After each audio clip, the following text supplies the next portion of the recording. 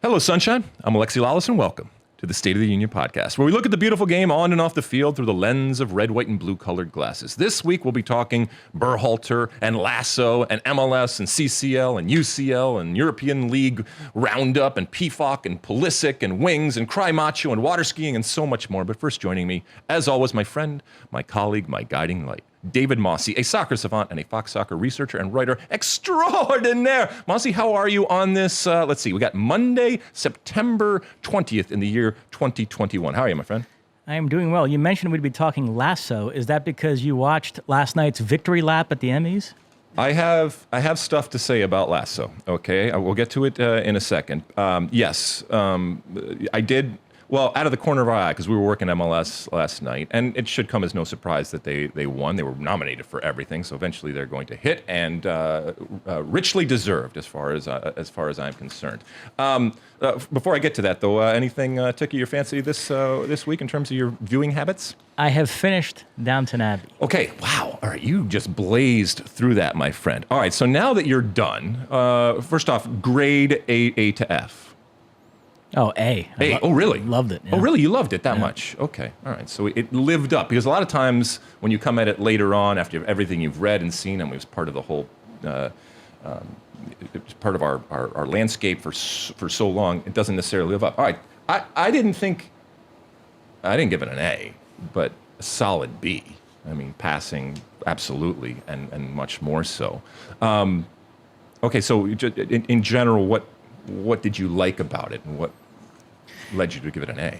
Well, any show that has an ensemble cast like that, when you get to the end, if it's done right, you sort of miss having these people in your life and being able to check in on them. And I did have that sensation at the end. I, in fact, watched the movie right after I finished the final episode of the show. And by the way, there's talk of a second movie that's going to come out next year, which, by the way, might be a bit much. I know we're living in this era where anything you do that's successful, you have to try to squeeze every last drop from it. But right. I don't know if I need another Downton Abbey movie. But no, yeah, I really connected with the characters. So you found yourself at all times caring with these people, because there's an element of why the hell should we care about these privileged, overindulged, oftentimes oblivious people collectively in terms of the lives that they are living, and individually oftentimes in terms of the lives they are living. Yeah, another show I love is Succession, okay. And that show has triggered some of that same debate. Why should we care about these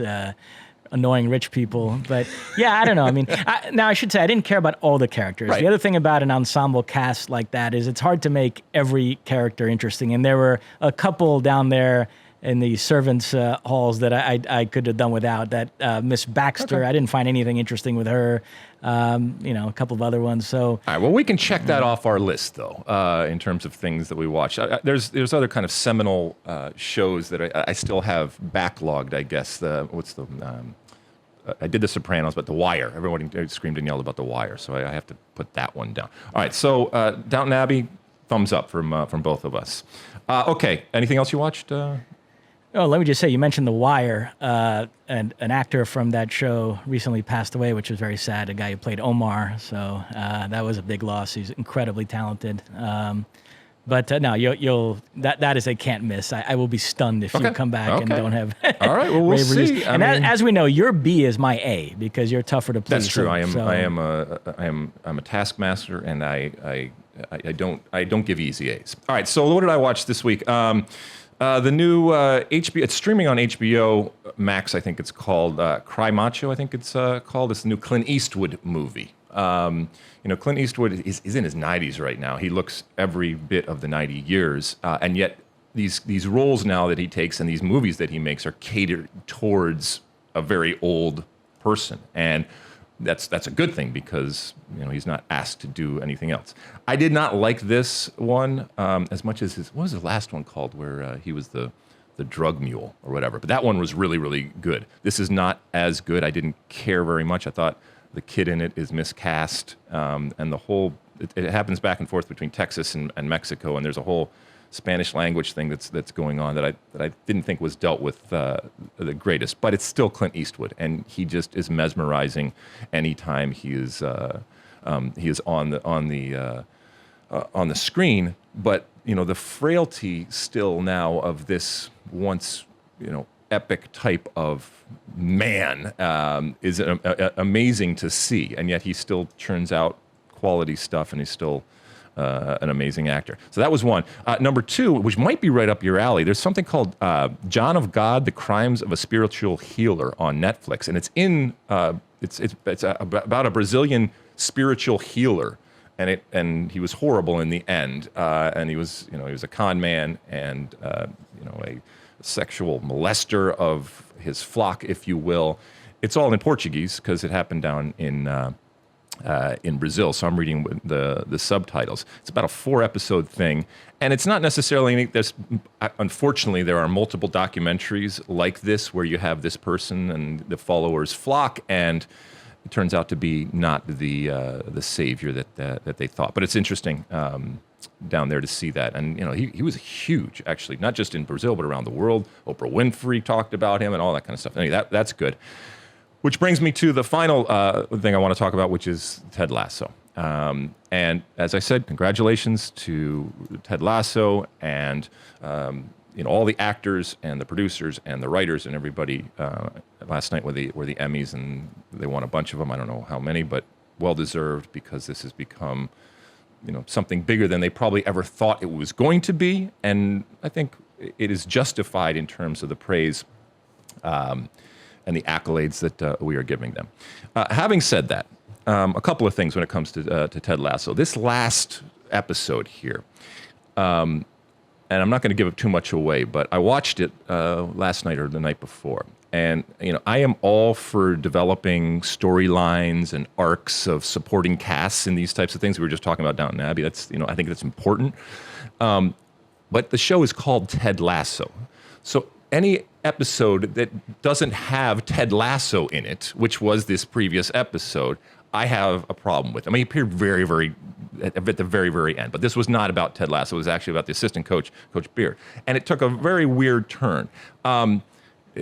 It is called Ted Lasso for a reason. Coach Beard's lost in translation, Twin Peaks, train spotting, eyes wide shut, after hours type of adventure that is this latest episode is a bunch of bull. It's mildly interesting, mildly funny, but in the end, when I look at it, I think it's completely unnecessary. Now, I did enjoy it more than the early episodes of season 2, so I still think that there is hope for the season 2 part of Ted Lasso, but they're all over the map. It is swerving all over the place. Some people will probably have loved it and think that it is so outside the box and so evolved and expressive and progressive in terms of what it's doing that it's blowing their minds. Anyway, so that's my Ted Lasso thing for now. But I do have another part of Ted Lasso. Go ahead. I know you want to say something. Well, you mentioned The Sopranos earlier. One of the most polarizing Sopranos episodes ever is one where he's in a coma and he imagines that he's this guy, Kevin Finnerty, I think is the name, living just some regular life. Oh, yeah. Do you remember that episode? Yeah. and some people thought that was the dream sequence thing. I mean, it's all this stuff has been done before, and oftentimes it's because you run out of things to say, and you're just throwing stuff at it. I mean, they have a whole nother season to do, season 3. I don't necessarily think that they have gotten to the bottom of the well, but and once again, I am not that yet there where they have jumped the shark. One more thing about Ted Lasso before we go, because last night after the Emmys, my friend and certainly a friend to soccer, Roger Bennett. I got a lot of respect for Roger. I've known him for years. Wonderful writer. Buy his books. They're incredible odes and love letters, especially the last one. To his upbringing and to America and how much America has meant to him. But he did have a tweet last night that I want to read here. He said, Jason Sudeikis, who is the lead actor and one of the lead writers for the show Ted Lasso, wins Emmy for lead actor in a comedy series. Hard to exaggerate what Ted Lasso has done for the profile of men's football, soccer, in the United States. Our women have won World Cup after World Cup, but few American men have done more for the game than Jason and his team. Now, listen, I love you, Raj, okay? And this, I'm a little jealous because this is a hot take that you knew the moment you pressed send was going to drive people crazy. Ted Lasso is a wonderful piece of television. and it's interesting, and it has exploded and become part of, as I said, our social landscape, and people quote it and people watch it. People that don't care about soccer watch it. People are not watching soccer because of Ted Lasso, okay? Soccer is not changing in the United States because of Ted Lasso. If anything, it is driving people to soccer outside of the United States because of where it is set and what it glorifies. It is certainly a romantic view of the game, but I disagree. We hopefully will agree to respectfully disagree with Roger Bennett in terms of the impact when it comes to our game and the things that we live day in, day out. And so that this ruffled my feathers and ruffled a lot of people in soccer's feathers. I want to be careful, because I do feel that there was this balance when it came to Ted Lasso of either it's going to laugh at us or it's going to laugh with us. And it's oftentimes a really important balance. And I think we can laugh at ourselves and be part of everything that we are laughing at.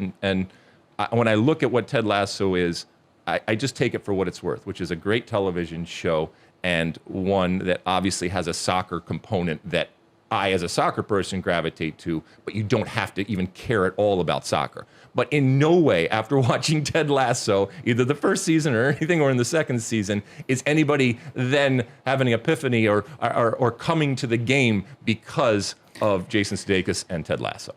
It has reached that entourage level where famous people want to be on it. You saw Lineker and Thierry Henry were in this most recent episode that you did not like. And I suspect moving forward, we'll see more guest appearances like that. So it's taken on that dimension. How do you feel about that? I think it's great. I mean, if you get a call, it's a popular show. Who wouldn't want to be on a popular show? That's absolutely. So you'd be ready to go if they call you Alexi LALAS guest spot on Ted Lasso. They should be so lucky. Are you kidding me? Weren't you in the Full House girls? What's her name? Mary-Kate and Ashley. You were in a movie with them. So I have a long history when it comes to cinematic arts. Yes, absolutely. Definitely did that. So we'll see. I'm not going to hold my breath, given the way that the world works and the way that I've talked about it. All right, that's enough about Ted Lasso. We got a big show here. Should we light this candle? Let's do it. All right. As you know, let me see. What are we doing today, Mosse? All right. As you know, each and every week we kick the pod off with, yes, it's time for my State of the Union, where I look at a part of the game from an American perspective. And this week, it goes a little something like this. In sports, coaches, managers will be criticized, second-guessed, and ridiculed. It comes with the territory. U.S. men's national team coach Gregg Berhalter is no exception. After last's international World Cup qualifying window didn't quite go as planned, it was no surprise that the knives were out. It should be noted, Berhalter's record in 2021 is 13-1-2. He's won 2 trophies this year, beating our biggest rival Mexico in both finals, in away environments with 2 completely different U.S. national teams, and he's undefeated in World Cup qualifying. He also sent starter Juventus' Weston McKennie home from camp for disciplinary reasons, and he made multiple halftime subs to win on the road versus Honduras in World Cup qualifying. He's 27-6-5 since taking over 3 years ago. But none of that matters. Berhalter will be judged on qualifying and doing well at the World Cup, as he should. And there are American soccer fans who want to see him fail. And nothing he does will change that. It's okay. It doesn't make you a bad person. It makes you human. At times, we all harbor secret desires and outcomes that will confirm or justify our beliefs and preferences. At times, we all bathe in the schadenfreude. Now, this is not a blind faith defense of Gregg Berhalter or any coach. Yes, I think Berhalter is good. Maybe he will be great. If or when I feel that he's the wrong person for the job, I'll be the first to scream and yell for change. Hell, that might even come after the next World Cup qualifying window in a few weeks. But not today. He's earned another window. Yes, I want to see Gregg Berhalter succeed, to justify my belief in him. Because, believe it or not, I'm human too. All right, Mosse, so there is my State of the Union for this week. And I know it's a little regressive, if you will, given that we've kind of moved on from the last window. But, you know, and once again, Twitter and social media are not focus groups, but there's stuff that resonates out there. And this one certainly did when I was talking about Gregg Berhalter. And there's still there is still a whole group of American soccer supporters out there that are not buying Gregg Berhalter. They don't think that when he was hired, that he was qualified to be hired. The accusations of nepotism when it came to Jay Berhalter, who was his brother at the time, was working for the Federation, all that kind of stuff plays into it. And a lot of people just don't think that he is of sufficient level to guide, especially in this moment, the amount of talent that the U.S. men's national team have. And even before the window, we're calling for change. And after the window, which I think we can all agree was less than satisfactory and was not a resounding success, are calling for change again.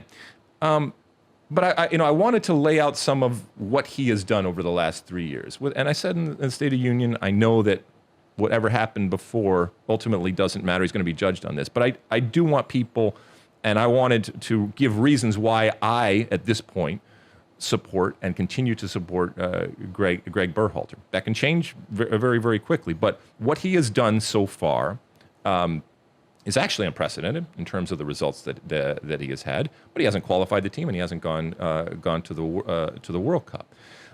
Do you think that there are those out there whose minds can be changed when it comes to something like this? And we can apply this to all walks of life, because you see this happen in politics, you see this happen in family, you see this happen in business and everything, where you are set. This person rubs you the wrong way, and no matter what happens, you're not going to change that. And secretly down inside, you wish them to fail. Do you think that Gregg Berhalter can do anything, even winning the World Cup, that ultimately will change their mind as to he was not the right man for the job? Well, I would say winning the World Cup would do it, but nothing. But even then, they would find something wrong. He didn't score enough goals. Certainly nothing up to the World Cup, because I think even in qualifying, if he starts churning out results, people will say, well, it's CONCACAF. The U.S. is supposed to be winning those games with the talent they have. Yeah, it was interesting. I thought with those 2 trophies, he would have earned more currency with the U.S. fan base.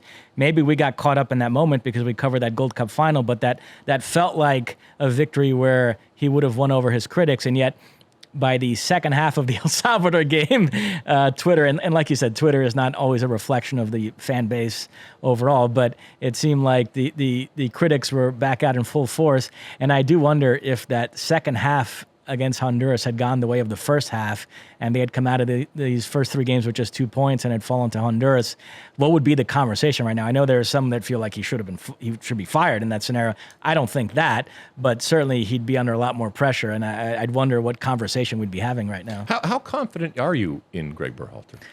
I like him. I know. Well, why do you like him? Just interviews and watching the team play, I think he has interesting ideas. I like tactics wonks. Now, I will say, the thing you worry about with tactics wonks is that sometimes they veer off into mad scientist territory and start putting players out of position and changing formations too often. We've seen it even with guys like Pep and Nagelsmann, and Berhalter has a little bit of that, so he needs to be careful. But overall, I like him as a coach. I know people look at you as the MLS shill, and I'm the Euro snob, and I'm supposed to be the counter to you on that. But what can I say? I actually like the work he's done. We might get into a little bit more of this later on when we're doing our European Roundup, but the accusation is often thrown around in multiple sports that they overthink it. This coach overthinks this. You know, I've always said that I would rather have someone with a flawed plan than no plan at all. I don't want people winging it. Now, that doesn't mean that a feel for the moment and a simplicity and a clarity in the moment can't be the best course of action. But overthinking it, I would rather someone actually be thinking about stuff and overthinking something than the opposite, where it's just they're just going by gut and they're just winging it. It's interesting, too, you mentioned the Honduras game, and when a coach puts out a starting lineup and the game isn't going well, and then he makes changes and the team improves and they get a result, when people like that coach, then they highlight his ability to make adjustments and the changes that he made that led to the victory. When they don't like the coach, they focus on the fact that he got it wrong to begin with and he had to correct his own mistakes. So it's interesting with Berhalter. It's sort of how you interpret what happened in Honduras. It sort of reflects how you feel about him overall. Yeah, and and as I said in the State of the Union, if there comes a point where I'm really concerned about the way things are going, I will obviously, and I have in the past, make it very, very clear that that a change needs to be made. Not that people are going to listen to what I say. When it comes to Gregg Berhalter, do you buy the argument that because he's still young and he's still relatively unexperienced to other coaches that could have been hired, but he's in charge of, I don't even think it's arguable at this point, the greatest collection of talent and depth of talent that we have ever seen from a men's U.S. program? Do you buy the argument that while he may be a good coach, because he doesn't have the cachet and the sexy type of background and the larger-than-life type of personality, that he, no matter what he does, he can't get the best out of these players? In that they won't look at him the same way, or even, whether it's conscious or not, won't respect him in the same way that they would somebody else. Yeah, I wonder about that. Now you have all these players playing for these massive European clubs and these top managers that are renowned around the globe, and then they come back and play for Gregg Berhalter for the national team. I do wonder what that dynamic is like. I think it is. I hope they respect him because, like I said, I think he's a good coach. But I do wonder about that. I think it's a fair issue to raise. One more point that I just want to raise about the national team, even when we're in this kind of hiatus here for the next couple of weeks. So it'll come fast, the next window. But the next window has away games. We saw away games in this past window, and I put out. Sometimes you have the cachet, the drafts of tweets, right? So the amount of drafts that I have in there is crazy. The amount of tweets that I don't send, and in my older age, I've become much more mature, and I take a step back and take a breath before actually hitting send. But I have this backlog of tweets, and I put out a few of them the other day that I had seen, even after the U.S. won in Honduras, that were relative to, and I think I mentioned it last week on the pod, but I do fear that we've built up this CONCACAF road narrative so much that it is becoming a self-fulfilling prophecy. And it seems now that it can be, at times, this convenient crutch, or worse, an excuse to justify a bad performance on the road. And once again, we have performance on the road coming. And I raise my hand. I am part of those that have churned this narrative over the years and talked about how difficult it is. And so I took a step back and said, well, am I doing the players and this team a disservice by doing this? Because yes, it is absolutely unique, the CONCACAF World Cup qualifying environment, and it is still difficult. But let's be honest, it is not as difficult. And I mentioned last week the U.S. flies charter.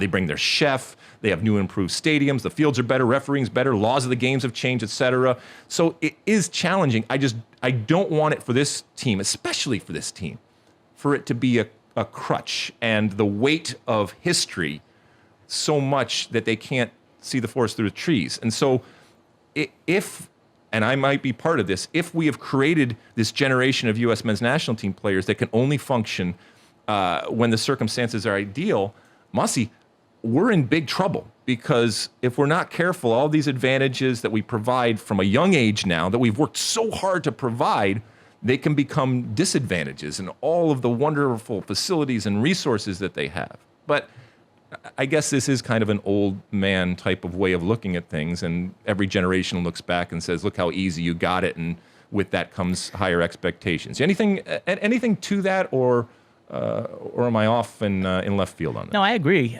No offense to your generation, but part of the reason why the U.S. struggled over the years in some of these places is because the U.S. wasn't that good. The talent disparity wasn't that big.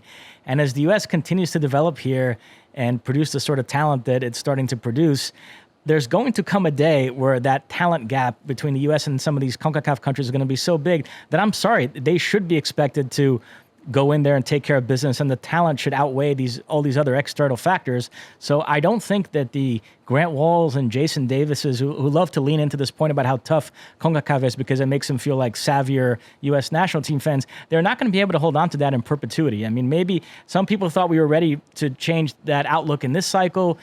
Perhaps given the inexperience of the team, maybe that was a little bit wishful thinking. But as I said, over the next 2-3 cycles, at some point that mentality is going to have to change. And a 0-0 draw away to El Salvador is going to have to be looked upon as just an unequivocally disappointing result. Well, look, as I said, I had written those before the result in Honduras. And the result in Honduras was certainly not assured. And after that first half, there were it looked like it was going to be problematic. And credit to Gregg Berhalter for making those changes. But we're going to see it again in this next window. Go ahead. Just circle back to Berhalter for a second. I know this is a little bit off the beaten path, but I do. Once a year or so, this topic comes up, and I go on a little bit of a rant here. Yes. It's something of a hot take of mine. I am not a fan of foreign national team managers. And the reason I bring this up is because Berhalter critics often argue that the U.S. should hire some flashy foreign coach. And I don't know, it's always been weird to me that when it comes to players, there are all these strict eligibility rules to be able to represent a country's national team. And yet I could turn on the TV the next World Cup and Pep Guardiola could be coaching Brazil and Jurgen Klopp could be coaching Argentina. And there's something that's always felt odd to me about that. I understand why FIFA doesn't restrict that, because they want these minnows to be able to hire coaches from quote unquote proper soccer nations to help them develop. But I don't know, at the very top of the game, it's a bit odd to me. So, yes, people say, well, the rules are what they are and other countries are taking advantage of it, so why shouldn't the U.S.? And, you wouldn't want Jurgen Klopp as the U.S. coach? Of course, but I'm never going to lean into that point too much because I'd be advocating something that I fundamentally find weird, that I'm fundamentally against. How do you feel about that whole concept of foreign national team manager? Shouldn't part of being a good soccer nation be also the ability to develop coaches as well as players? 100%. Shouldn't World Cups be a referendum to some degree on each country's ability to develop the right coach? Absolutely. And look, we're going to talk later in the pod about the difference between club and country. But when it comes to the international game, when it comes to your national team, it is a representation of who you are, and to a certain extent, who you have been and who you are becoming. And, I hate to beat a dead horse, but, the inferiority complex that we have and the insecurities specific to the U.S. soccer culture are notorious and well known, and we've talked about them. And they manifest in a lot of different ways, including this way. I don't buy that someone like Gregg Berhalter can't coach the best players in the world. And I'm not saying that dynamics aren't important and relationships aren't important, and your baggage, if you will, of where you have been can't help and hurt you if you have it or you don't have it. But understanding exactly who you are when you are representing that country, I think is paramount, is very, very important. And oftentimes that comes through your leader. And in many cases, off the field, that is the coach. So I don't, whether it's the U.S. or anybody else. And look, I had my success with a foreign coach with Bora Milutinovic, okay?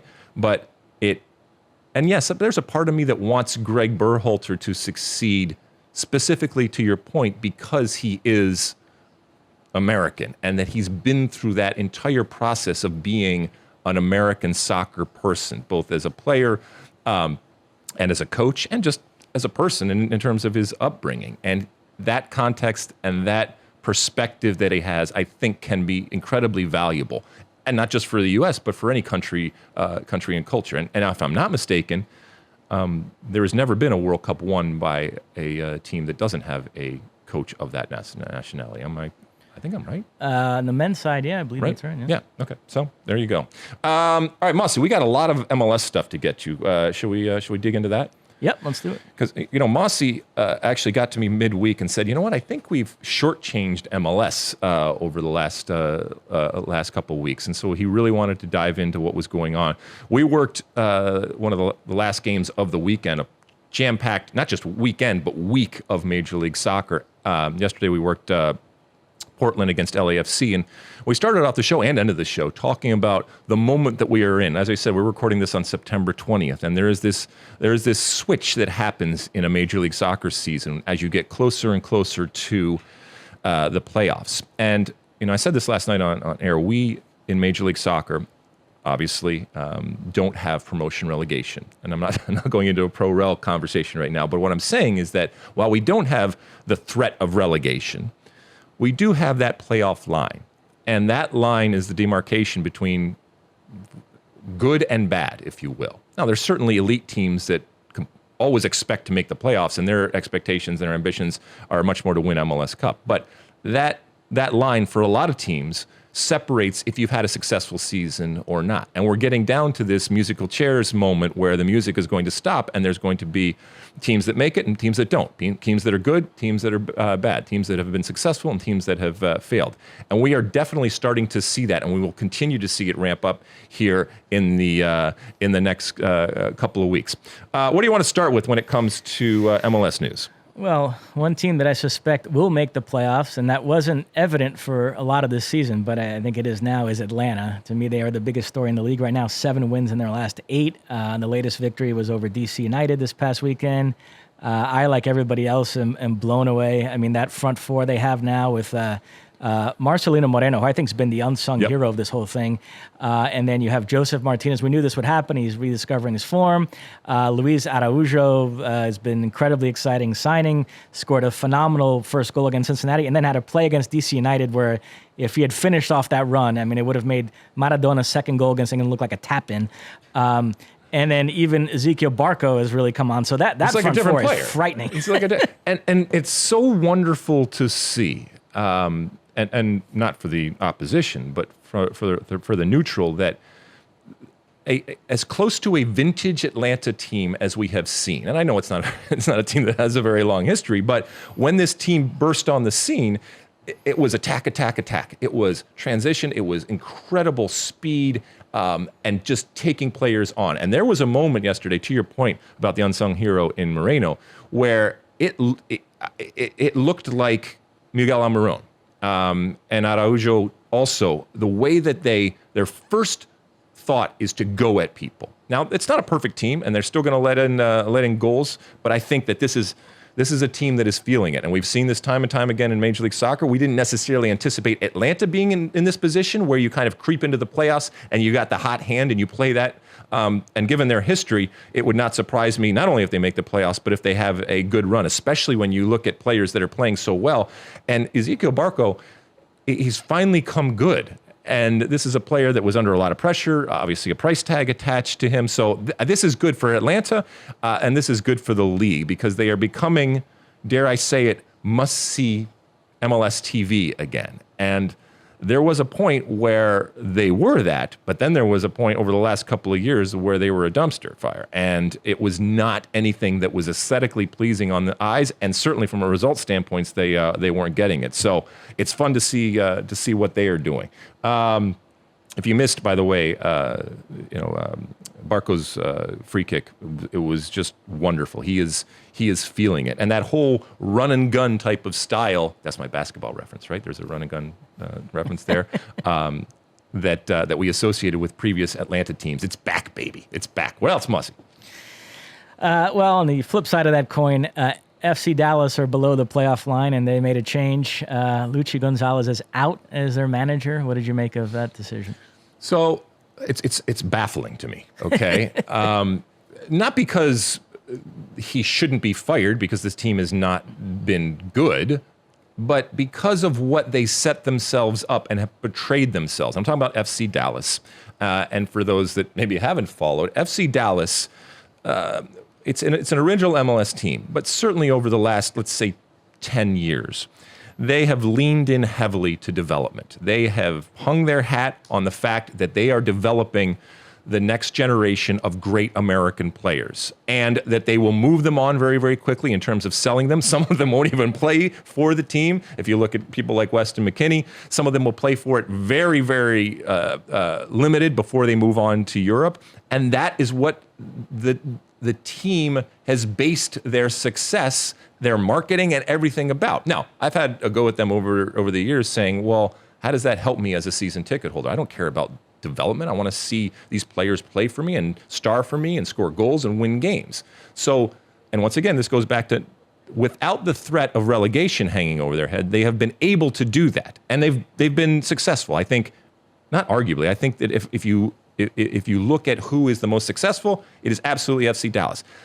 And Luchi Gonzalez has been a huge part of that. I mean, he has grown up with many of these players. He has been fundamental in helping to create, and obviously now with the first team and taking over in that capacity, giving these players these opportunities. But if I've missed something where they have changed their mandate and they are trying to now be successful in MLS, that's fine. You probably should tell Luchi about that, because he's probably turning around saying, hey, this is what this team has been, and this is what we have done. Now, I don't know how involved he has been in terms of the signings, because to be fair to FC Dallas, they have not gotten their foreign signings right, and that has been a big problem. So they've been able to nurture and foster and develop talent, but they haven't been able to bring talent in that has been good. So I'm hesitant to say it's unfair, because I'm ultimately about wins and losses. But in this particular instance right now, from the outside, all right, unless there's something that we don't know about, and we'll find out about it later, it's kind of a head scratcher. Yeah, I agree. I remember when Dortmund fired Lucien Favre, I sort of raised this issue on the podcast of Dortmund have to figure out what they're trying to be. Mm-hmm. And it's a similar situation here. FC Dallas did make the playoffs the last 2 seasons. So, which this was Luchi Gonzalez's third campaign. He'd been in charge since 2019, and his first 2 seasons they made the playoffs. So you could argue he did strike a reasonably good balance between developing players, selling them on, while still remaining fairly competitive. This is really the first campaign where they've really bottomed out, and the results have been terrible. So yeah, I mean, for a guy that's been with the organization all those years, coaching at the academy level and helping build up what's become the best academy in MLS, and then up to this season, I thought it made a reasonably successful transition to being the first team coach, and now they have one bad season and he's out. We'll see what they bring in. I mean, this must signal a total shift in philosophy then, because it would make no sense to get rid of him and bring in somebody else that's still still operate in the same way as a club. Look, ideally, you want to be able to do both things. You want to be able to develop talent, but you want to make sure that you're giving your customer, your season ticket holder, and your ticket buyers something that they can hold on to in a successful team. But if I have to choose between the two right now, I want to see FC Dallas go and win an MLS Cup. I want to see them do big, bold, beautifully arrogant things relative to everybody else. I want to see if FC Dallas, if this is a new direction, and they're trying to do things differently, fine. Then be big and bold. Last night on the show, I gave my some disappointments. I said, when your parents say, I'm not angry, I'm just disappointed, right? So this was the way that I looked at some of these things. I'm not angry at them. Well, I'm a little angry at some of them, but I'm not angry, but I'm disappointed. And the 3 of them were Austin, Cincinnati, and Columbus. Austin, look, it's an expansion team. You knew that it was going to be difficult. They have incredible fans that have supported them through not, thick and thin. There's been no thick. It's all been thin. Wonderful stadium, obviously a wonderful community, and I want to see that do well. But it's not been good under Josh Wolf. And I don't think he's going anywhere. I think they'll give him a chance. But you also have Claudio Reyna, who has plenty of experience. And both of those guys understand what the league is. But the signings haven't been great, and they haven't been competitive. Not only have they not been competitive in Major League Soccer, but they haven't been even competitive in Texas. And we talked about the Houston, FC Dallas, and Austin situation. And Texas is not producing good MLS soccer right now from those 3.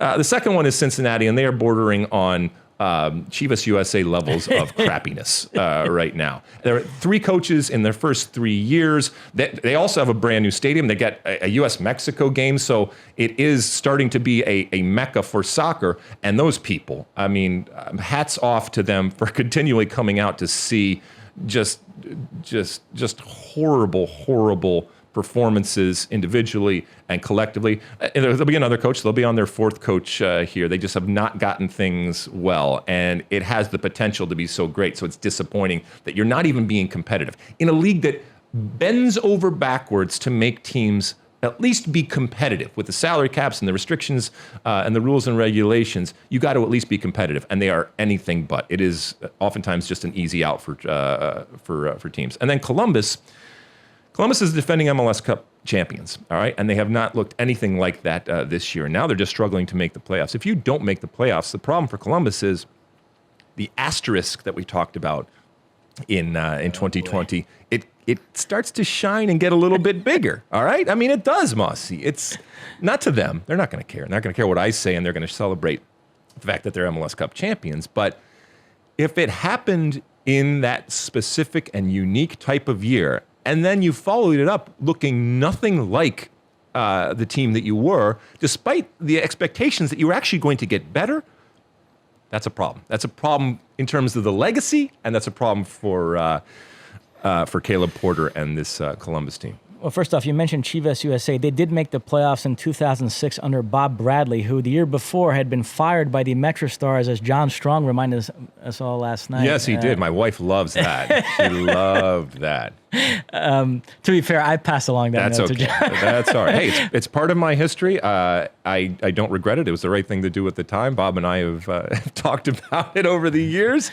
and believe me, he went on to some great things after that. It raised an interesting question because John Strong wanted to know, has Bob Bradley ever missed the playoffs, as he's in danger of doing this season with LAFC?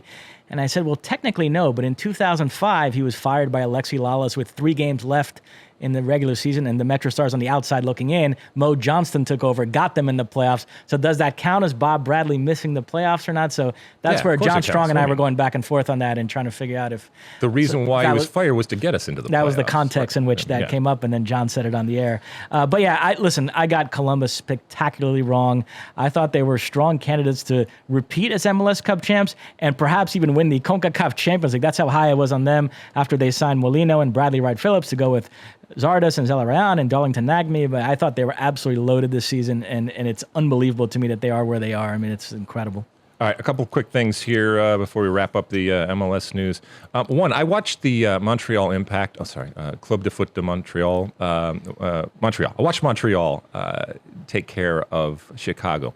I think the best transaction this year has to be Jordi Mihailovic. Okay, and we saw him in Olympic qualifying. I'm not saying that he's a world beater, but he has kicked on, and yeah, he was playing against his former team and everything. But every single time he touched the ball against Chicago, it was with purpose. It was straight ahead. It was going at defenders, and he caused problems because he made defenders have to do things, and oftentimes they just chopped him down. So well done there. And I think a little of the credit has to go to Thierry Henry, who left at the beginning of the season, but was part of what the plan was going to be before the pandemic situation was too much for him.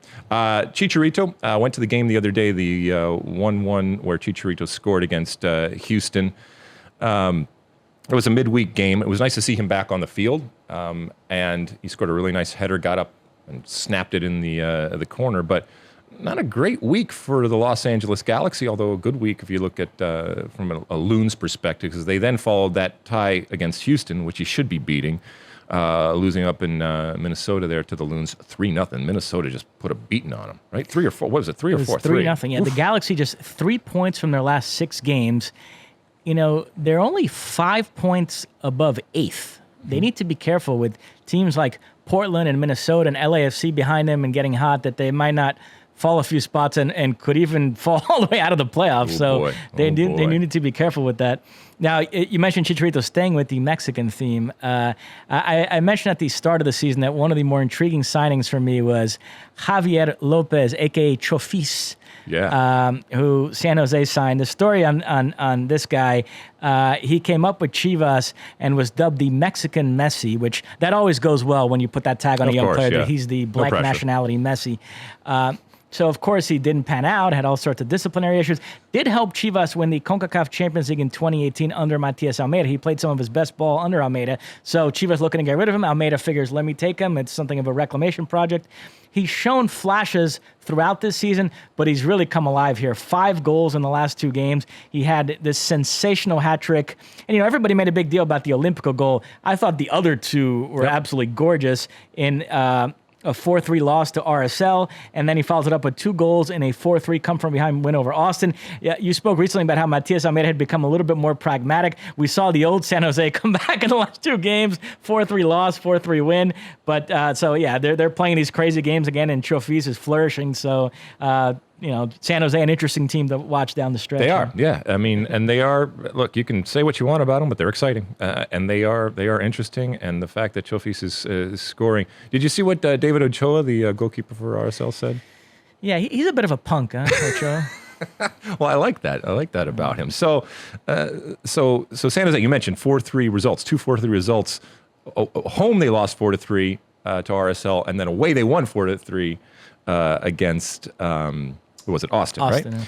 So Chofis is credited with a hat trick in the loss to RSL. And David Ochoa, the goalkeeper for RSL, after the game, they asked him about it because he did score this Olympico, putting in the ball directly from a corner with that magical left foot that Chofis has.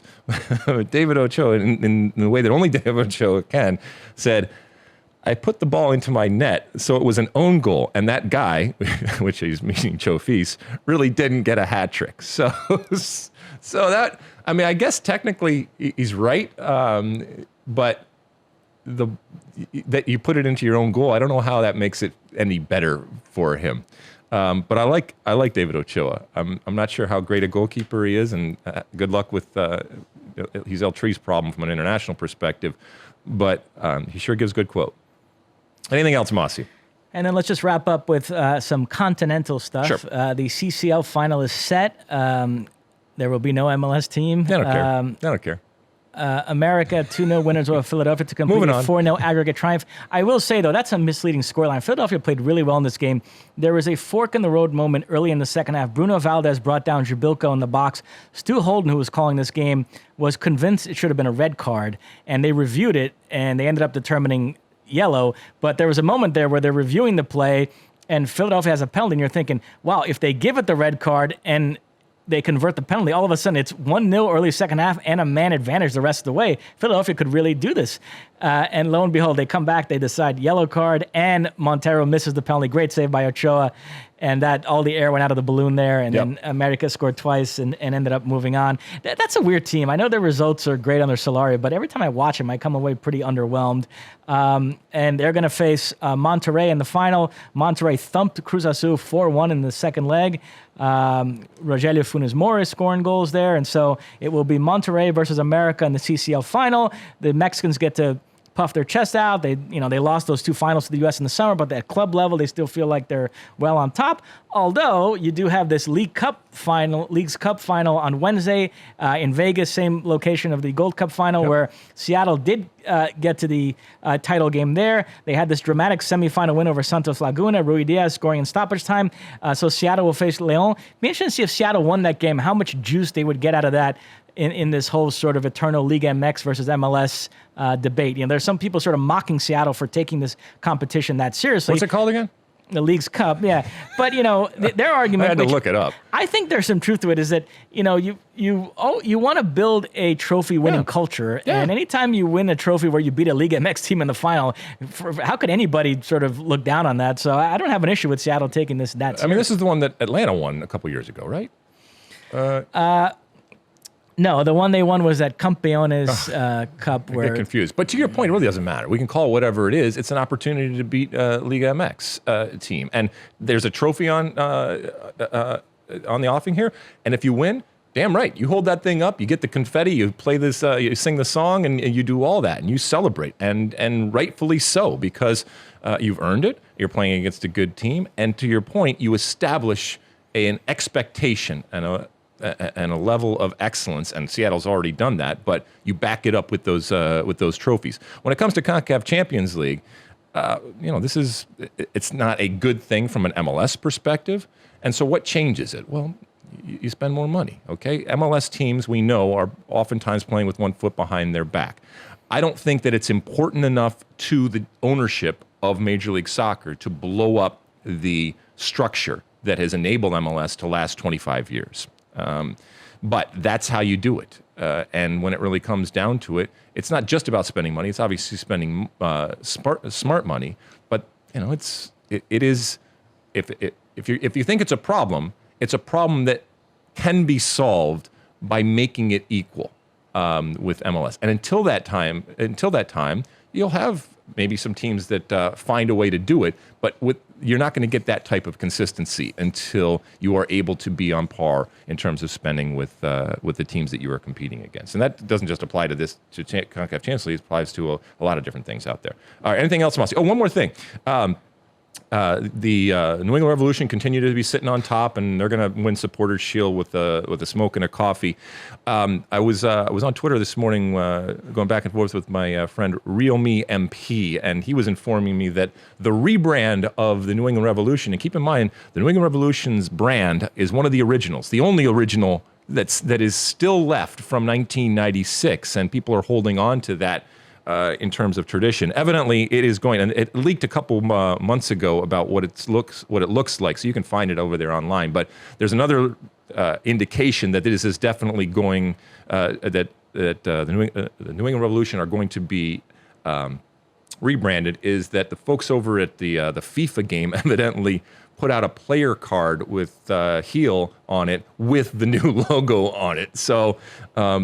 If that is any indication, we are in for yet another rebrand, and one for the New England Revolution, which a lot of people say should have been done a long time ago, but there's certainly those that believe that it's just a classic and it should remain, especially since it's the last one. You can actually be unique in the fact that you have never changed, but we'll see what happens with that. But on the field, it's going great for the New England Revolution right now. They are cruising. We'll see if they're able to parlay that into an MLS Cup come playoff time.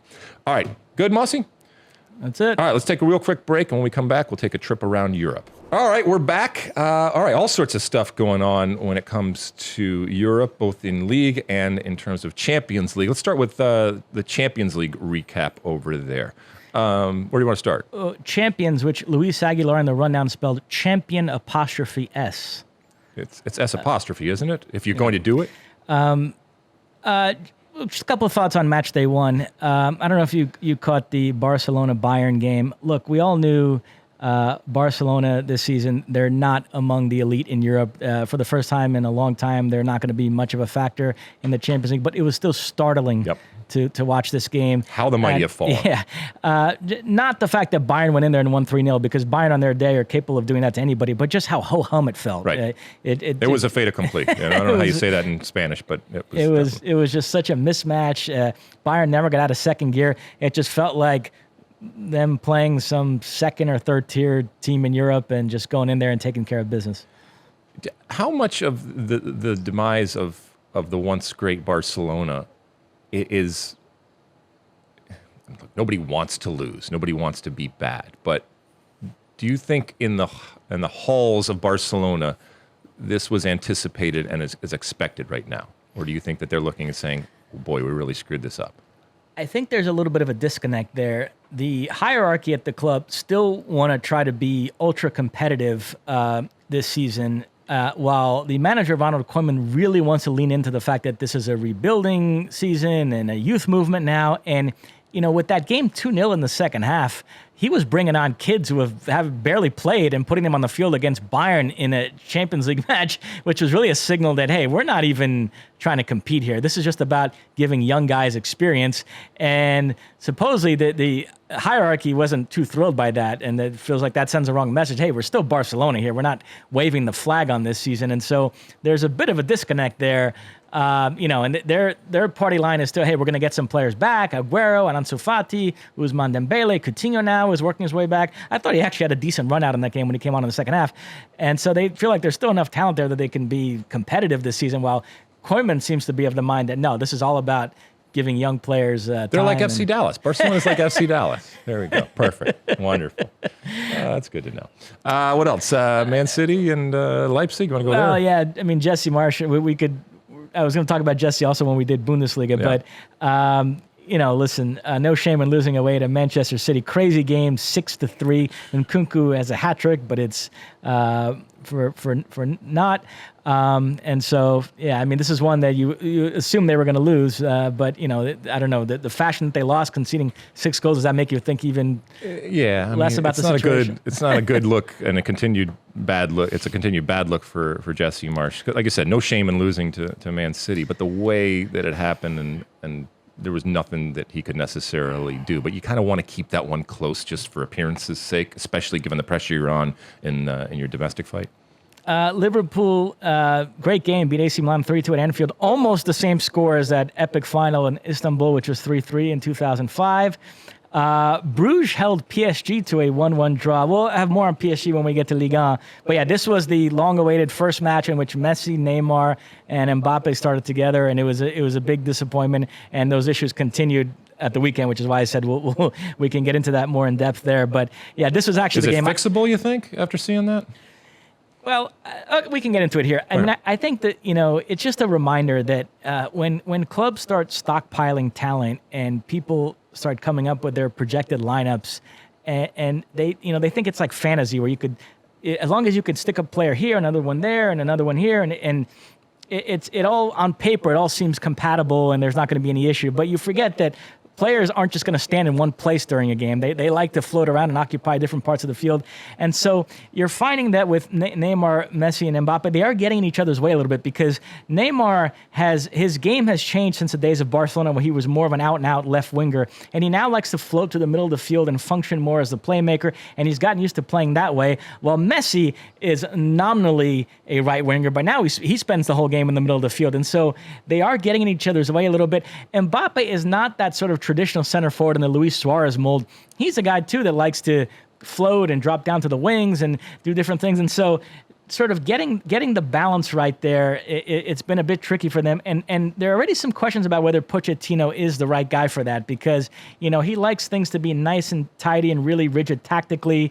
And with this sort of team, you have to be a bit more flexible with that. You want some semblance of organization, but you also want to make sure you give these guys freedom. And so getting that mix right it's been a bit tricky so far this season. So Wow. I mean, it's like a menage a trois, right? On the surface, it sounds great, and in theory, it sounds great. In practice, not so much. So they better get it right, my friend. Well, and the other interesting result, and it connects to PSG because I'm about to make this point that applies to both clubs. Manchester United, they lose away to Young Boys. Ronaldo gets a goal for United, but Jordan Pefok with a stoppage time winner, virtually the last kick of the game. Jesse Lingard, this horrible pass back to the goalkeeper, which Pefok intercepted and it's fine. put it in. Take it. And already some early questions about Solskjaer, which, look, I've said this before. I think he was the perfect manager after Mourinho to bring a sense of calmness to that club. And I think he's actually done a pretty good job up to now, but this job might have gotten a little too big for him. And, especially you look at England when, City have Pep and Liverpool have Klopp and Chelsea have Tuchel, and you have Ole Gunnar Solskjaer. It does feel like you're bringing a knife to a gunfight. And certainly I don't see him leading them to the Champions League title. And I mentioned already some early questions about Pochettino. Zinedine Zidane is sitting out there.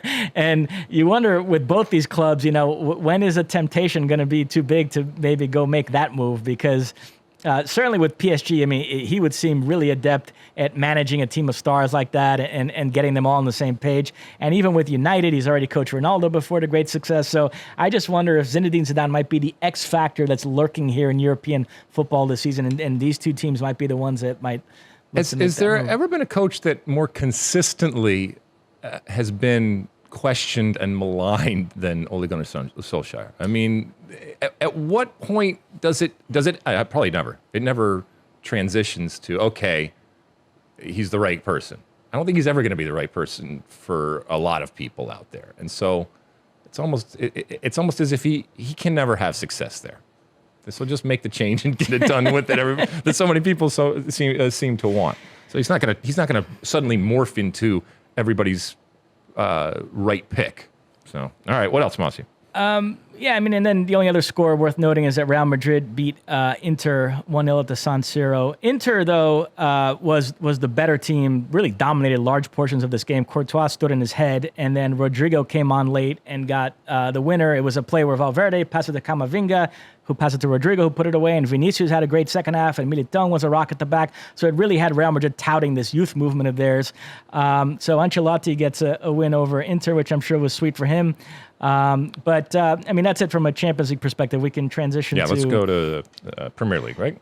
So staying with United, they pick up a 2-1 win over West Ham. Lingard then redeems himself by scoring a late winner. Ronaldo also found the back end of this game. Him and Bruno Fernandes, you could already have a great understanding. Bruno Fernandes all season long is going to be floating these balls for Ronaldo to make these runs, and that's going to be beautiful to watch.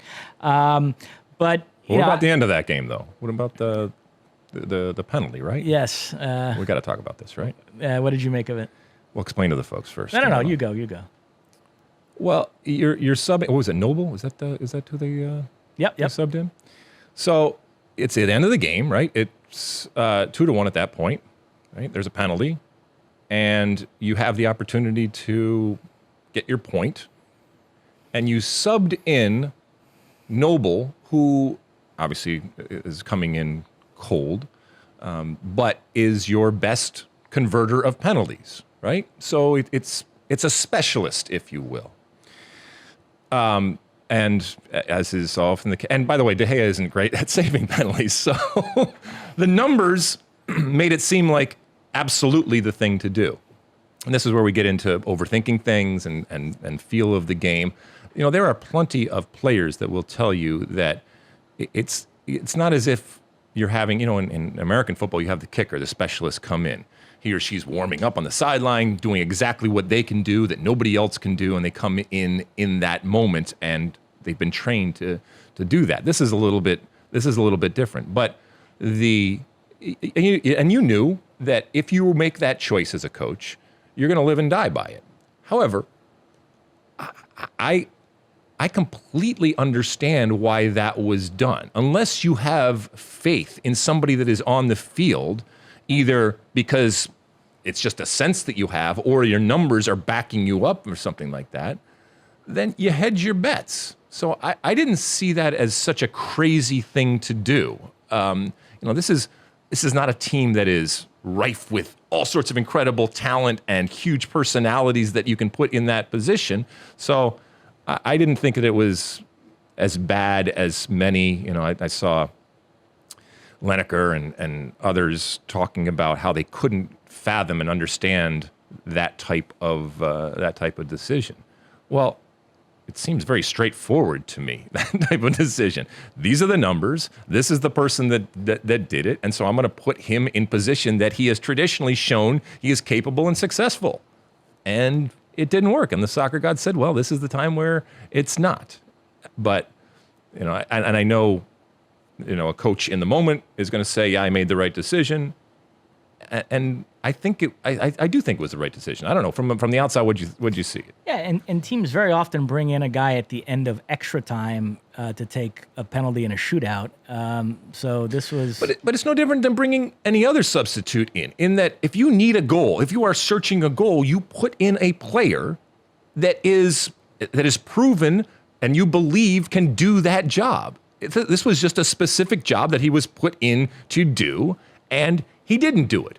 Not because he couldn't, not because the data and the history didn't show that he is capable of doing it. It was just that moment. I actually think that in that moment, like I said, he hedged his bets and he did what was best for that team in that moment, and it just didn't work out. So, what else? Well, the other big result, Chelsea 3-0 winners away to Tottenham. They are looking just rock solid. Liverpool took care of Crystal Palace 3-0. City held by Southampton 0-0. And I know this might seem like an overreaction, but I do foresee City potentially being kind of feast or famine this season. They just had a Champions League game we mentioned where they scored 6 goals. They've also had a couple of 5-0s this season. But, that playing without a center forward, sort of goals by committee approach, there's going to be days where it's going to click and it's going to be look beautiful and they're going to run up big numbers on people. But I do foresee certain games against certain opponents where you don't have that target guy in the box where, they could struggle. And I actually kind of feel like Liverpool and Chelsea look like the teams most adept this season to just churn out points and perhaps be the two fighting it out at the end. I mean, of course, City United will be in that mix as well, but there is something to be said for having that, guy like a Lukaku or Ronaldo, or I guess the Liverpool equivalent, that would be Mo Salah, who's off to another great start this season. That 20-goal-a-season scorer that you can count on week in, week out to get you goals, versus what City are going for this season, which really is this sort of committee approach of not having that out-and-out goal scorer. So how much of this is, how big of a concern is this to you? For example, if I say, you kind of glossed over Chelsea, which right now is sitting at the top of the league and just is a juggernaut right now. Is Man City better than Chelsea? I know not in terms of points they're not, but I think Chelsea have a more complete team. Okay. Their ability to sign Lukaku while City were unable to sign Kane, I think tilted it Chelsea's way. Okay, are they better than second place Liverpool? Man City. Is Man City better than Liverpool? I'd say those teams are about equal this season. Right. And then Manchester United, would you say they're better than Manchester United? About equal, okay. I think. I'd say they're better. I think they're better than Manchester United. I would agree with you in terms of and I would even put them over Liverpool, but Chelsea so far, and it's still early days right now, but they just look solid, and they look like they feel they've bought in, all that kind of stuff. So. All right, what else? I agree. And by the way, I mentioned Lukaku. The goals for Chelsea this weekend were Thiago Silva and N'Golo Kante on a deflected shot, and Rudiger. So it's not like so they can be resourceful too and get goals from different positions. But they do have that guy up there when they need it, who generally. And Lukaku does a whole lot more than just score goals. Okay, he takes a lot of attention and pressure. Next up, Serie A, which the one result worth highlighting here is Juve held to a 1-1 draw at home by AC Milan. They have just 2 points from their first 4 games. They're way down there at the bottom of the table. Inter, who I mentioned, I've been very impressed by Inter so far this season. They should have beaten Real Madrid. Like I said, they dominated large portions of that game. We're just unlucky that Courtois stood on his head. And then they followed that up with a 6-1 thrashing of Bologna. Dzeko and Lautaro both finding the back of the net. And they're at the top of the table with 10 points alongside AC Milan. Juve at 2. I know it's early. We're only 4 rounds in, but 8 points is a not insignificant gap already there. Right. So I'm starting to wonder about Juve this season. And we all kind of wrote off Inter's ability to repeat, but they still look kind of like the best team to me. Yeah, I mean, it is jarring to look at the Serie A standings here and see where Juventus is. And by the way, Gianluca Busio's Venezia team, although they lost at home, he did assist on a set piece there. But it's going to be a struggle for Venezia through the year. But evidently, it's going to be a struggle for Juventus unless something drastically changes here. But they are right now in the relegation zone. Amazing times for Juve. And Weston McKennie did not get in unused sub in that game, so I don't know what to read into that. But we'll see what he's all about, and we'll see what he looks like here in a couple of weeks when he comes back. Well, I'm assuming that he's going to be invited back to the window. Next up, La Liga. Real Madrid, dramatic come-from-behind win over Valencia. They were second best for a lot of this game, trailing 1-0 late, and then Benzema assisted Vinicius for the equalizer. Vinicius assisted Benzema for the winner.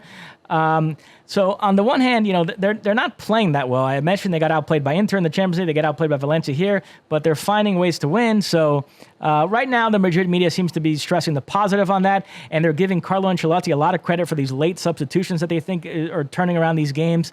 I was thinking about Ancelotti this week because he was coaching Everton last season, and we all kind of thought he might be done as far as that top level, and yet Real Madrid go and get him, and he's getting all this praise and off to a good start this season. They're atop the La Liga race, so it's really been he's reinvigorating his brand so far this season. When you say, and we do this often, when you say a team isn't playing well but they're getting results, is that because you expect them to do both, or are you saying that with a worry that at some point not playing well is also going to result in you not getting the results? Yeah, the second thing. There's a difference between playing poorly and playing pragmatically, and I think Real Madrid are setting out in these games to be on the front foot and to dominate, and are just not able to do it, but are somehow pulling out results with late goals. So you wonder if that's sustainable.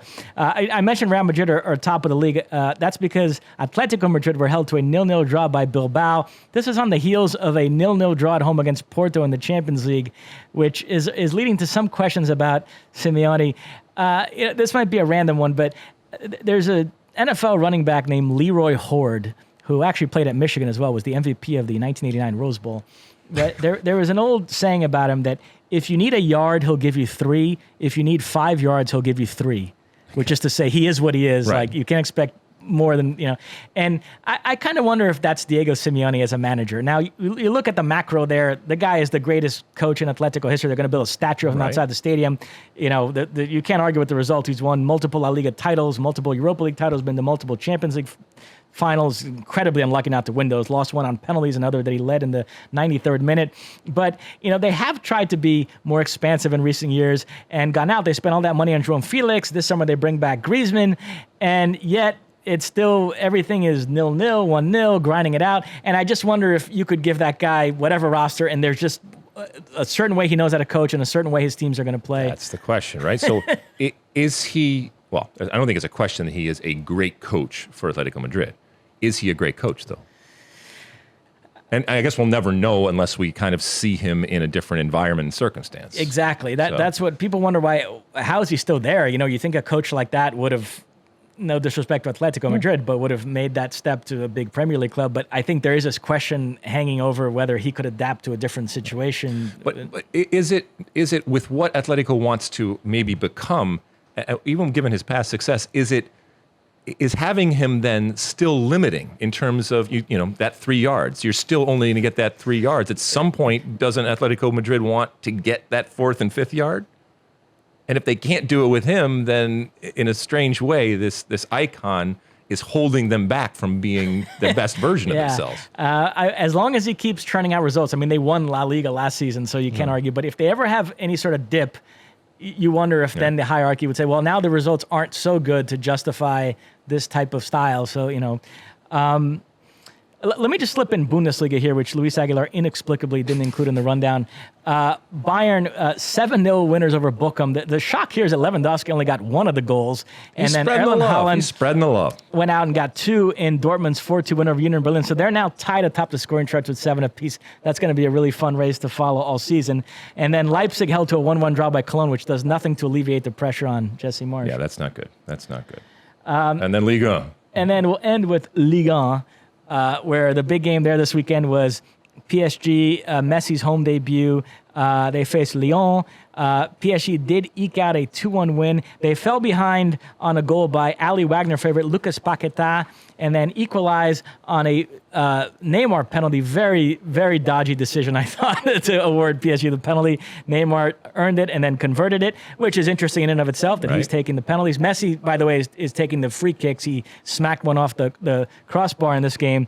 And then Icardi gets the winner late in stoppage time. But the big story here, Messi subbed out in the 76th minute, I believe it was. Clearly not happy. Didn't shake Pochettino's hand. Sat on the bench with an annoyed look. Didn't really celebrate the winning goal that much. So, I mean, early on here, we're already... Hey, you're not in Kansas anymore. Or you're not in Barcelona anymore. This is something. And again, to circle back with Pochettino, I already mentioned some of the tactical issues and trying to fit these three and wondering if he's maybe the right coach to figure that out. And also just from a personality standpoint, it seems like he really wants to stamp his authority there. He took his sweet time sort of incorporating those guys. Right. And then Messi's first game, everybody thought he was going to start. He brought him off the bench. When he brings him on for Neymar, so he doesn't let the three play together. Then he rested him again after the international break. Okay, that was understandable. They had just played in South America. And then now he's subbing Messi out of a game where it's 1-1 and they're chasing a goal. I don't know if he's just trying to show who's boss there, but you wonder if this is the right approach here. It's management, though. I mean, just because this is arguably the greatest player ever to play the game, but what has made him the greatest player ever to play the game is it is personal to him. And if you don't understand, just because a player is older and more experienced doesn't necessarily mean in those moments that they are more mature or they take it any less personal when they are taken off the field. And so that has to be sorted out ahead of time. You need to go to him and say, listen, this is what I want you to do, and there might come a point where I need to make a change. So at least you've planted the seed so there's the understanding, and you get buy-in from him so you don't have this awkward moment where we're reading body language or looks here, the camera's here. Oh, there's already a problem with the dynamic. Because, by the way, if it's between Messi and anybody else, you're going to lose that one. Yeah, I keep thinking back to when Messi, Neymar, and Suarez played together at Barcelona, and it seemed like they each played 90 minutes every game. And I know Luis Enrique, deep down, there were situations where tactically, he thought to himself, it might make sense to take one of these guys off. We're protecting a lead here, and they're not helping out much defensively. But he kind of saw the bigger picture on that and said, I'm not going to risk alienating any of these guys because I know 99% of the time we're better off with all three of them on the field, happy and feeling good about themselves. And they ended up winning a treble that season. So and practically, you're going to get if it works, great. You look great. But if it doesn't work, you look like an ass. Okay, and so. Nobody's ever going to fault you for keeping on Messi or keeping on Neymar on the field. So, all right. What else? Anything else, Mosse? That's it. And now, Luis Aguilar did me a little solid here. He threw in the Copa Libertadores. Can I do a quick Give the folks a little rant here. So the semifinals get underway this week on Tuesday, which is the day this podcast will be released. We have an all-Brazilian affair. Palmeiras, who are the defending champions, will host Atlético Mineiro in the first leg. Atlético, their striker tandem, by the way, is Diego Costa and Hulk. It's very in vogue now. Love? Brazilian clubs bringing back these players towards the end of their careers who they think can still contribute. And so that's going to be an interesting one. I would make Atletico slight favorites there. They're currently the leaders in the Brazilian league. They're playing very well this season. And so if I had to guess, I think they get to the final there. But Palmeiras aren't to be discounted, defending champions, of course, and very good as well. And then the other semifinal begins on Wednesday. Flamengo host Barcelona Guayaquil of Ecuador at the Maracanã. Flamengo, who, speaking of signing older players, they just signed David Luiz. We'll see if maybe he features in. He just got there, so I don't know. And by the way, they've been linked with Dani Alves, who just rescinded his contract with São Paulo, and they are overwhelming favorites here. They did suffer a shock home defeat to Grêmio this past weekend in league play, and they have some injury problems. Arrascaeta, Felipe Luiz might miss this game, but I think it's a 90% certainty they move on, which would set up a second straight all-Brazilian final. So we'll see. The Brazilian media is already the final scheduled for in Uruguay, Montevideo, and the Brazilian media, assuming it's going to be an all-Brazilian final, is already starting to given the pandemic, shouldn't the game be in Brazil if it's two Brazilian clubs? How about moving it to Brazil? So there's already some of that chatter, so we'll see. Wow. But so that's where we are in the Libertadores. Barcelona Guayaquil, the team that's facing Flamengo, they do have an American. I saw Matt Doyle's been tweeting about this, some guy named Michael Hoyos. I don't know if that name rings a bell at all, but nevertheless, there is an American. I'm a Lasista, so I really don't care about Barcelona, Guayaquil. All right. So that was a good roundup of all sorts of things there. We'll take another quick break, and when we come back, it's time for Ask Alexi. Don't go away. All right, we are back, and as some of you that are paying attention know, we have added a opportunity for folks to get in touch with us with our hotline, if you will. And that is 657-549-2297. That's 657-549-2297. You can leave a message. You can still do it in the more, traditional way over social media. Use that hashtag AskAlexi, and you send us your comments, questions, and concerns, as a bunch of people did. And so we took a couple of audio questions and a Twitter question. And the first one, I think, is from, Peter from California. And I think he has a question regarding the aforementioned Jordan Pefok. Let's see what Peter has to say. Hey, Alexi and Mosse. This is Peter from San Francisco, California, kind of middle of the state on the coast. I love the podcast. You guys do a great job of kind of bringing the U.S. side to things. I have a question kind of surrounding today's Tuesday, the Champions League games that happened today.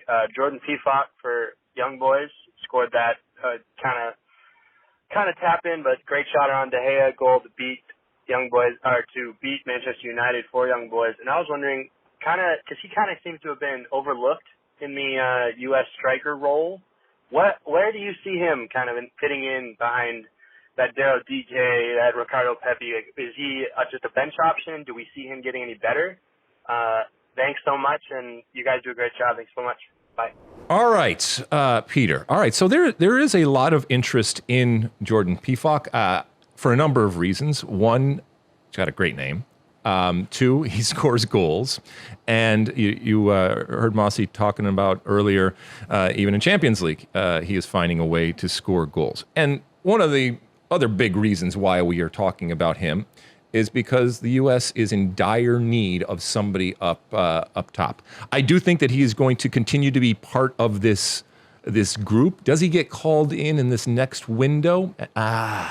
Did he do enough over the summer to warrant that? I don't know. I think it's going to be real close because you're also going to have Jossie Zardes coming back into the fold. He scored over the weekend, so he is back healthy, and we know he's one of Gregg Berhalter's go-to types of players. I like him. I don't think that he is necessarily the answer. I don't think that he is the game changer. And once again, this is nothing I'm saying about Jordan Pefok that I haven't said about pretty much everybody else. There is still nobody that even comes close to the impact and the importance of someone like Jozy Altidore. And that's, I think, what we're all kind of waiting for. Can he grow into that? Maybe. So I kind of want to see. I am intrigued by him. And that's not a ringing endorsement of him, but that's just to say I do think that that we will see him in the future. And certainly if he continues to score goals for his club, and we continue to have this vacancy up top from a national team, there could be problems. You see Mosse Pefok playing a part going forward? I see greater upside with guys like Pepe and DK, so he might be in the mix, but I don't see him ever emerging as the guy. Yeah. I don't think he necessarily puts the fear of God. From a U.S. men's national team perspective, from what we've seen, and it's still limited, but doesn't yet put the fear of God up there. Okay, let's go to a Twitter question here. Mosse, who is this from? What's this about? 216_born asks, Pulisic may not be available against Panama as the UK seems to classify Panama as a COVID red zone. I guess that's a question. Yeah, I mean, no, it's a question and a comment about, soccer in the time of COVID. And we all know that the ability to adjust, even in normal times, for a team is a talent and an acquired skill and important, and even more so in the times that we are living in. Mosse, you talked last week about the situation with your Brazil national team. I don't think that this is necessarily going to change, and other teams and other competitions are going to deal with it as countries and cultures look, and in this case, stamp others with a seal of approval or disapproval, and that's when it gets beyond the actual sport part. And yes, you can get special dispensation and you try to do those things, but I don't see how you change it unless it goes to the top of the government, which it certainly can from a U.S. perspective. The thing about it is, I think, yes, the U.S. team is better when Christian Pulisic is on the field. You don't need me to tell you that. But it doesn't necessarily mean that the U.S. team can't function and be very successful even without Christian Pulisic. I think we have seen, first off, Christian Pulisic is a seminal, is a talent the likes of which we haven't seen, okay? We don't get to see that talent a lot, unfortunately, because of his injury problems. And if you add now the potential of travel bans or, certain places that he can't go, yeah, that's a problem. But whereas in the past I would have feared that, I think that what's happened over this past year has given me greater hope that the U.S. can accommodate that and adjust to a game without Christian Pulisic. I don't want to go great stretches without Christian Pulisic, especially when it gets to, we talked a little bit about the ideal situation. That's when someone like Christian Pulisic, I think, really, really will flourish. And you got to go through all the crap in order to get to that ideal situation. And I want him to be able to be there. But I don't know, Mosse, do you see it as a real problem in terms of qualifying and getting the results that we need if Christian Pulisic isn't because of this or any other reason? It could be, injury too. How important is he, I guess? He's certainly a very important player. Now, if they have everybody else in place, then I think they should still be able to get results against these CONCACAF teams. But yeah, it's a difficult situation. As you mentioned, Brazil dealt with it in this last window. And, there is this FIFA rule that if a club doesn't release a player during a FIFA international break, then they can't use the player themselves for X amount of days. And now the federation that was denied the player has to lodge a complaint for FIFA to then enforce that rule. And that's what happened with Brazil. They did lodge a complaint, and so FIFA was going to hold the Premier League clubs to that and prevent them from fielding the Brazilian players in the subsequent weekend. But it was all a bargaining tool by the Brazilian Federation to force a resolution here, and they've now been assured that those players will be released for the October window. So I don't know if the U.S. got caught in the same situation here with Pulisic, if the U.S. Federation would want to go to war with Chelsea and how much they're going to try to get FIFA involved. I don't know. So it's a whole situation that we're all dealing with here that's made things very complicated. Well, knock on wood, it gets sorted out, and we have, or Gregg Berhalter has everything at his disposal in terms of the arsenal. And we talked so much about all of the talent and the depth that we have. I hope that come this next window, everybody's healthy, first and foremost, and everybody is legal, I guess, in terms of being able to be picked. Okay, we got another audio question here. Who's this one from, Mosse? This is Tim from Texas. All right, I think Tim's talking about, and I think I alluded to it earlier in the pod, national team versus domestic club teams in this world that he's creating. Let's see what Tim has to say.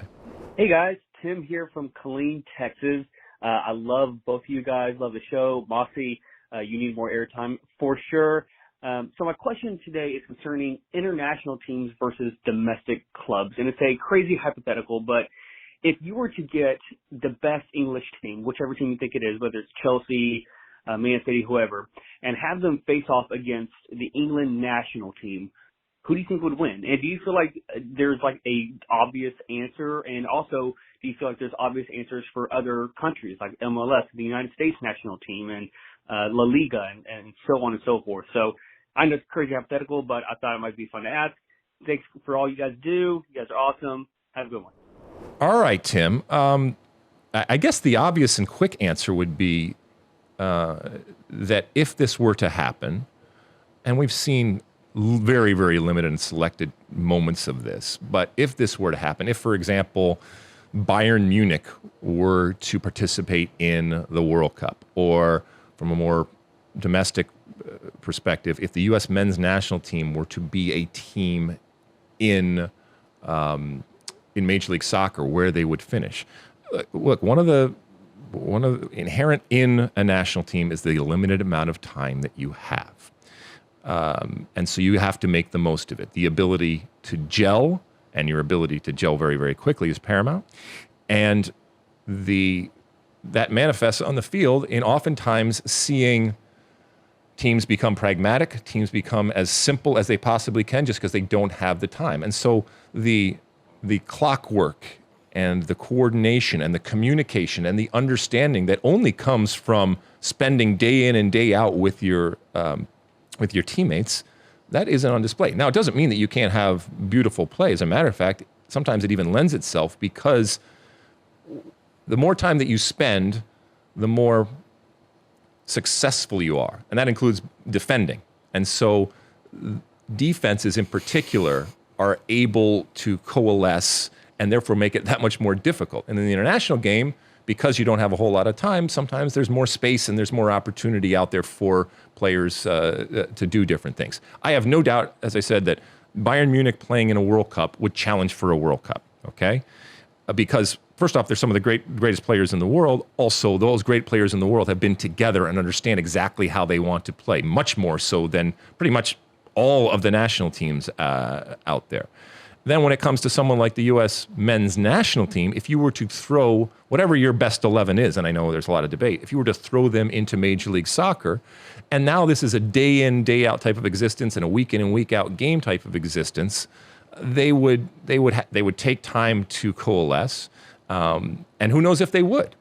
And ultimately, yes, I think that they would be a good team in the league, but I'm not necessarily sure that they would beat a highly functioning, rested, in this year it would be Seattle Sounders or New England Revolution. It just doesn't quite work that way. And that's what I love about the international game. I love that it's the same game, but it is so separate. And you can have one of the greatest players in the world, and going to the national team could be not just the great equalizer, but oftentimes a step, and maybe even at times, depending on who you're talking about, multiple steps down. And seeing that person in a completely different type of environment and circumstance and seeing what they are, it can be jarring, but it's also fascinating to see how that happens. And it's also an incredible challenge for the players, and in particular for the coaches, to find a way to put all those different players together in the quickest amount of time to the best possible effect. We don't see it a whole lot when it comes to those types of things. As a national team, I remember years ago we played Bayern Munich. At a certain point, I think we played Parma, if I'm not mistaken. So there have been different times as the U.S. national team that we have played against club teams. And once again, you're going up against just an intrinsic type of understanding and knowledge that exists within the team that you can't get if you don't have day in and day out kind of training. Anything to add there, Mosse? No, that's it. All right. As we mentioned, the hotline number for AskAlexi is and continues to be 657-549-2297. That's 657-549-2297. Do as your friends Peter and Tim did and leave us a message. And you can always hit us up on Twitter and Instagram and Facebook and all the different places out there and use that hashtag AskAlexi. Thank you so much for participating in that. We're going to take another quick break, and when we come back, it's the end of our show. And at the end of each show, as you know, it's my one for the road. Don't go away. All right, we are back, and it's the end of the State of the Union pod, and at the end of each and every State of the Union pod, I give you my one for the road. And I mentioned before about our State of the Union podcast hotline number, which, again, 657-549-2297. We've been getting a lot of different calls. And you can have a question, you can have a concern, you can just make a statement, you can yell at us, you can tell us how much you love us. And, by the way, the folks love you out there, Mosse. And if they only knew the real person that you are. But whatever you've done, it is resonating out there. Everywhere I go, people tell me how great you are, and that we should see and hear much more of you. So I try to let you talk as much as I possibly can. And you can certainly, if you're watching, check out this Adonis that I have across from me. It's not easy sitting across from this on a weekly basis. But Bill sent us on the hotline much more of a thank you. First off, he said how much he loves you, and we're not going to play his call. I'm just going to paraphrase it here. But he was calling to thank us and certainly thank me for my wings take last week. For those that maybe didn't hear or don't know, I expounded upon a Twitter take that I had when it comes to chicken wings, in that I find them ridiculous. They are but a vessel or a conduit for the sauces. They are incredibly frustrating, and as I said before, the return on investment is ridiculous, as I said. I have enlightened Bill, evidently. He had never actually thought about that. And the more he thought about it, the more it made sense. Now, I don't think necessarily that he or anybody that heard my take on wings stopped liking wings. As a matter of fact, in Bill's case, he took it so to heart that he just started taking the sauces and the spices that are used on his wings and just kind of transferring them to other things. But he got my point about the sauces. I'll be honest with you. The sauces are only part of the problem that I have when it comes to a wing. Even if you had chicken wings that were completely bare, I guess, of sauce, I would still feel the same in that they are a ridiculous food. So maybe that's another added hot take to this, but I do appreciate that people are taking this to heart, that are listening, and are at least open to my take when it comes to wing. Now, there's a lot of people that automatically turn off and don't believe that this is any type of valid assessment of the wing type of situation. And as I mentioned, there is a huge faction of wing lovers out there that were, I think, personally offended by my take. It hit them from a personal perspective, and I think it hit them emotionally, that anybody could possibly see wings in this light. And, we probably have lost them. We've probably lost them here on the State of the Union. But, you live and die by the takes that you have. So I want to thank Bill, first off, for calling in. I hope he is enjoying either his wings with a newfound understanding and respect for what they are, and as I said, what they aren't. And if he has moved the sauce to other things and now is enjoying other things with the sauce, maybe I have inadvertently positioned him to enjoy something that he didn't even know that he would enjoy. So I will take credit for that. But thank you, Bill, for calling in when it comes to the wings. You got something to say, Mosse? I can see you. Wings Place wanted to sponsor this podcast, but only on the condition that you would have to come on and say you were wrong and that you've actually changed your mind about wings. How would you approach that? Well, Mosse, I think at the very beginning of the show, we established how much of a mouthpiece and shill that I am for things. And so if a wing, there are wing places out there? Okay. I mean, if there was a wing business company out there, factory, who wanted to be part of the State of the Union, I would certainly adjust my thinking when it came to something like that. Look, and I understand that there are people out there that love it. There is, as I said, millions and millions of people out there that love wings. I'm not sure they love wings. They love the experience of eating wings, maybe much more so than the actual wings. But if somebody were to come on the show and want to be part of this, I would give it a chance. It'd have to be good wings. I would have to at least have a respect and an understanding and an acceptance that it was an enjoyable experience eating those wings. Because it hasn't been for me. I'm worried about running this bit into the ground, but if I were to bring some wings next week, would you have one on the air? Do you have like a go-to one? I mean, I don't want any crap wings. It's kind of redundant, but I don't want any here. If I'm going to have wings, I want kind of like the best in Los Angeles. I'll find a good place. Okay, you find something that you feel are good wings. Yep. Okay, and bring them in. And I have an open palate. I have an open mind when it comes to something like that. I'm just telling you that in my 51 years, this has been my experience with wings. And I know a lot of wings lovers out there said, well, you haven't had really good wings. All right, well, maybe I'm going to have good wings next week when you bring this in. And I will, as I said, I will try it and I will see how the experience is. All right. Anyway, thank you so much. You got anything before we go, Mosse? That's it. All right. Thank you for writing and reviewing and sending your questions, your AskAlexi questions. Thank you for participating on the hotline. Once again, 657-549-2297. That's 657-549-2297. Thank you for rating and reviewing and downloading and doing all the things that you do on all the different platforms out there. We really appreciate it. We have so much fun. But the fun comes from the fact that there are people out there listening, and we thank you for all of you, whether you're listening or watching. We will talk to you again, same time, same place next week, and until then, and as always, size the day. You like that clip? Well, my State of the Union podcast drops every week. Subscribe now on Apple Podcasts, Spotify, or wherever you get your podcasts.